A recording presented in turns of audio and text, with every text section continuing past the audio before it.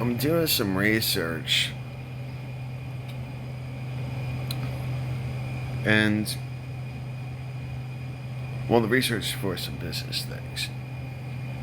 Anyways, came across this nice nugget of information, which is why it's hard for me to stay focused on business because I'm very much more political.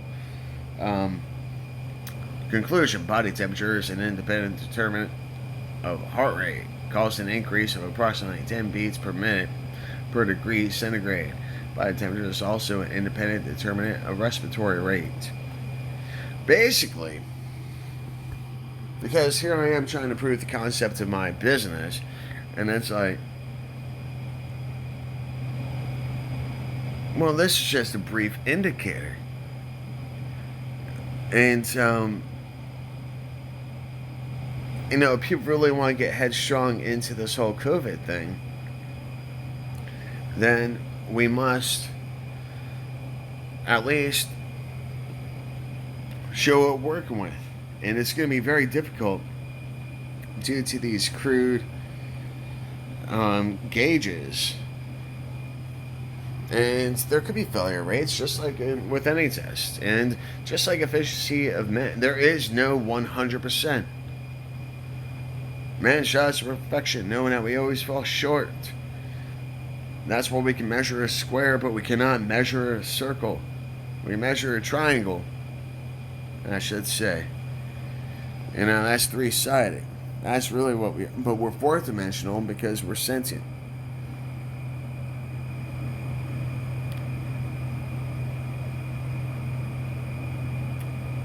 Nonetheless,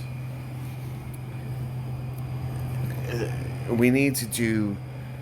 If we're going to do body temperature checks to allow people in and out of places and base quarantine off of that, then that's totally wrong. Absolutely wrong. Because we should be checking the vital signs. Because if there's an increase of heart rate,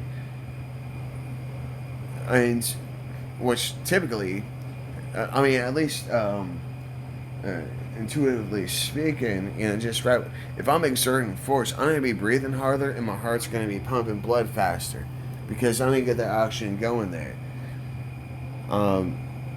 And sometimes, and if we're in really good shape, we have our heart rate up, our respiratory's in check because we're freaking able to maintain the demand of oxygen with our respiratory system. So that system is not exhausted. And this is how endurance is built. Spilt? Friggin' getting caught up in my own thoughts here.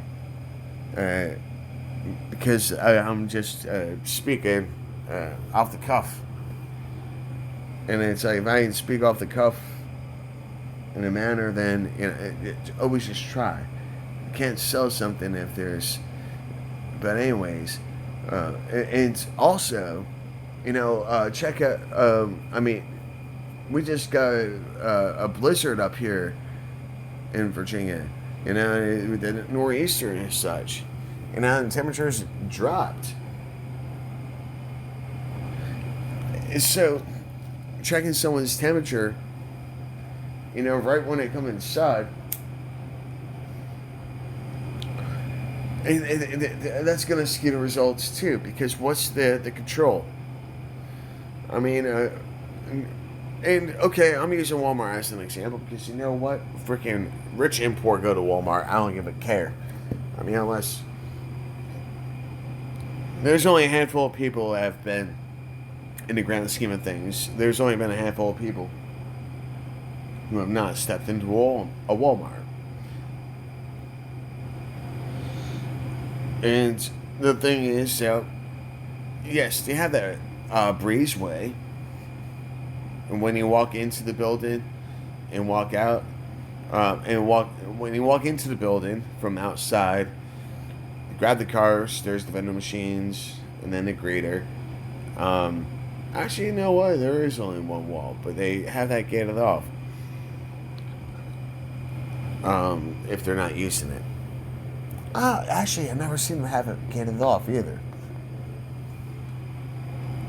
Either way, just coming through those doors, and there might actually even be double doors. There might actually be double doors for that breezeway. That's where I was trying to get at. Either way, just coming from the cold, minus 20 degrees outside. I shouldn't say minus. Oh, centigrade. What's that?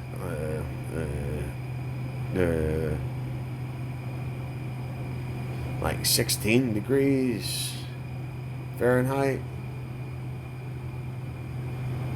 on. It was something like that. Anyways, coming in from the cold to the hot, there's gonna be a temperature difference. And also going from inactive state, because driving is inactive compared to shopping, where you're walking around the store, actually doing some cardio, right? Typically. I'm overthinking this. This is what happens when I just come up with things. And that's what this channel is really all about. It's just freaking the exploration of ideas. And I put my freaking art on a show. And sometimes we have to test radical ideas.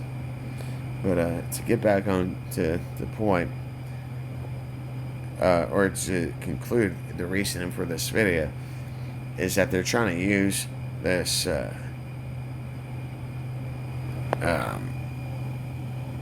virus, trying to use these temperature scans as a prerequisite, and due to this,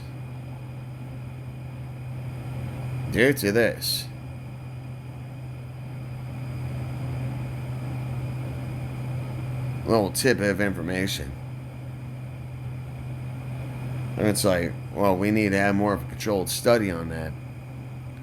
How about we bring, we need to have a quarantine station in itself, a triage per se, before you go into the ER. Let's see what you have, because you know what? That's actually one of the first steps of the damn stopping the virus and things. And unfortunately, because healthcare is flawed, because we spend all of our money into killing people and then paying money into healing those people, you want to talk about freaking creating a problem and selling a solution. That's what, oh jeez. Where was I going with this? Because I'm just starting to drift off into another space here with that thought, because this is the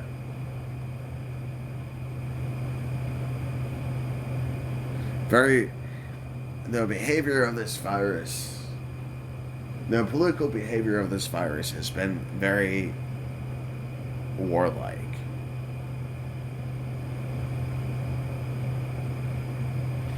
It's been very crony capitalistic. And it's the one thing,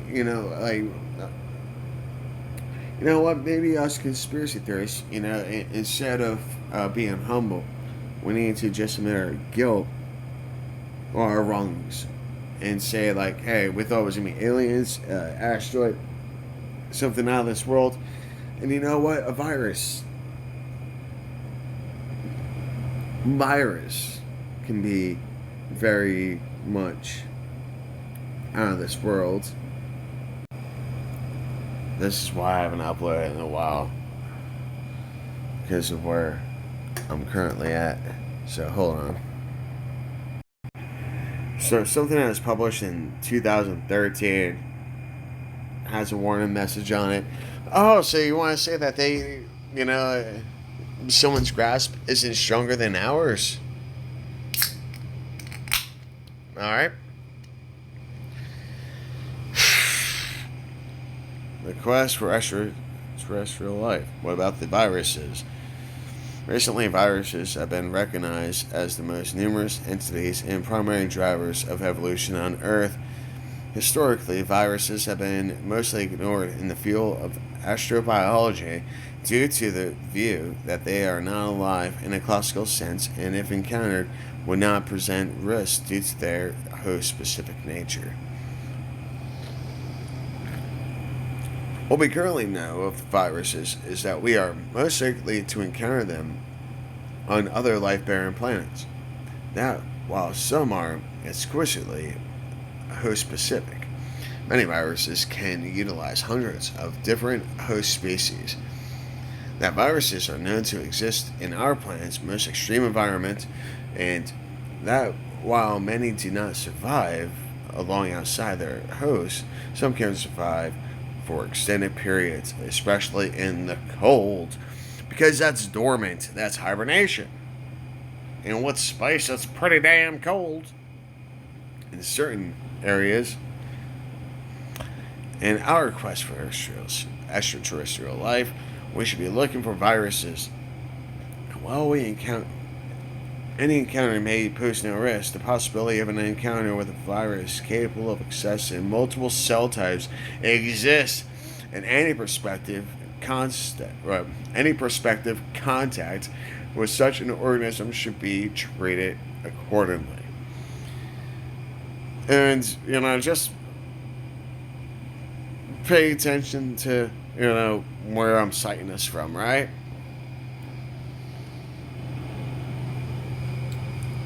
Published before the pandemic. However, being that this is my first time viewing it,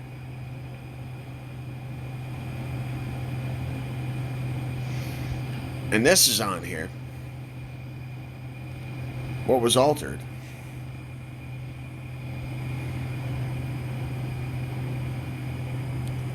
Is this the Mandela effect? And not in a traditional sense of Mandela effect. What I'm saying is,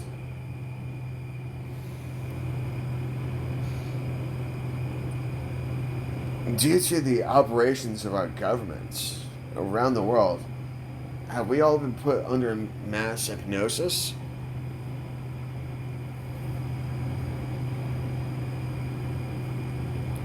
And told to believe things accordingly?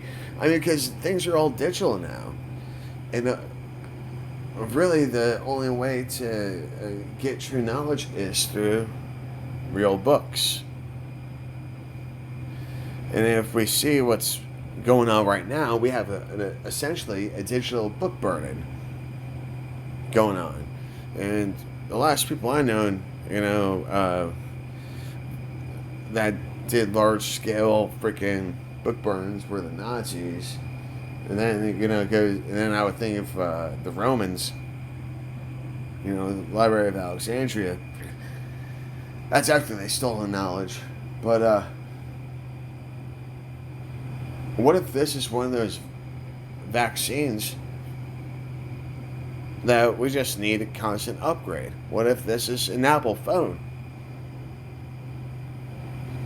And you need to freaking, update your terms of service for, Apple Music and the Apple Store.